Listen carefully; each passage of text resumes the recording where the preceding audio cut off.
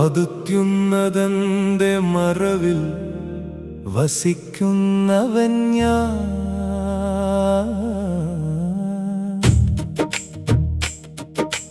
അത്യുന്നതന്റെ മറവിൽ വസിക്കുന്നവൻ ഞാൻ. അത്യുന്നതന്റെ മറവിൽ വസിക്കുന്നവൻ ഞാൻ.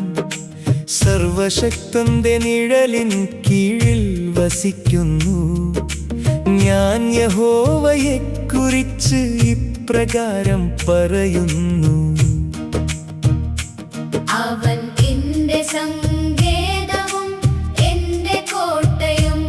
അവൻ എന്റെ സങ്കേതവും എന്റെ കോട്ടയും. ഞാൻ ആശ്രയിക്കുന്ന എന്റെ ദൈവവുമാകുന്നു. ഞാൻ ആശ്രയിക്കുന്ന എന്റെ ദൈവവുമാകുന്നു. വേട്ടക്കാരന്റെ കണിയിൽ നിന്നും അവൻ എന്നെ വിടുവിക്കും.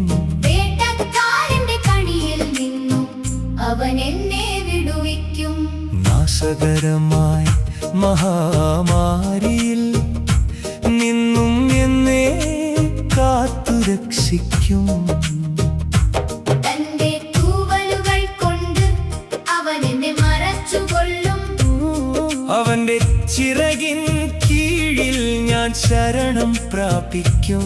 അവന്റെ സത്യം എനിക്ക് പരിചയം പലകയുമാകുന്നു. രാത്രിയിലെ ഭയത്തെ ഞാൻ പേടിക്കുകയില്ല. പകൽ പറക്കുന്ന അസ്ത്രത്തെയും ഞാൻ ഭയപ്പെടില്ല.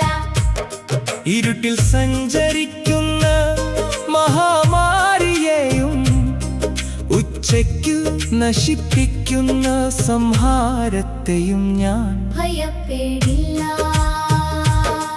എന്റെ വശത്ത് 1000 പേരും വലതുവശത്ത് 10,000 പേരും വീണാലും അതൊന്നും എന്നോട് അടുക്കുകയില്ല.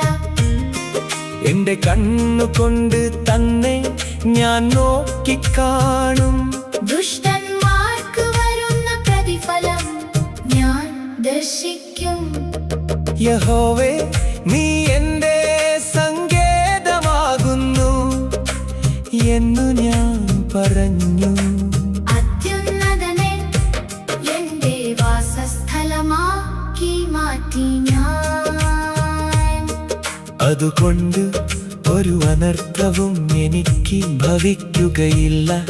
ഒരു ബാധയും എന്റെ കൂടാരത്തിൽ അടുക്കുകയില്ല. എന്റെ എല്ലാ വഴികളിലും എന്നെ കാത്തുരക്ഷിക്കുവാൻ അവൻ തന്റെ ദൂതന്മാരോട് എന്നെ കുറിച്ച് കൽപ്പിക്കും. എന്റെ കാൽ കല്ലിൽ തട്ടിപ്പോകാതിരിക്കുവാൻ അവരെന്നെ തങ്ങളുടെ കൈകളിൽ വഹിച്ചുകൊള്ളും.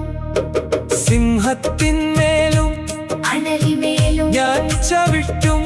ബാലസിംഹത്തെയും പെരുമ്പാമ്പിനെയും ഞാൻ മെതിച്ചുകളയും. ഞാൻ അവനോട് പറ്റിയിരിക്കുകയാൽ അവൻ എന്നെ വിടുവിക്കും. ഞാൻ അവന്റെ നാമത്തെ അറിയുകയാൽ അവൻ എന്നെ ഉയർത്തും. ഞാൻ അവനെ വിളിച്ചപേക്ഷിക്കും. അവൻ എനിക്ക് ഉത്തരമരുളും. കഷ്ടകാലത്ത് അവൻ എന്നോടുകൂടെ ഇരിക്കും. അവൻ എന്നെ വിടുവിച്ച് മഹത്വപ്പെടുത്തും. ദീർഘായുസ്സുകൊണ്ട് അവൻ എനിക്ക് തൃപ്തി വരുത്തും. അവന്റെ രക്ഷയെ അവൻ എനിക്ക് കാണിച്ചു തരും.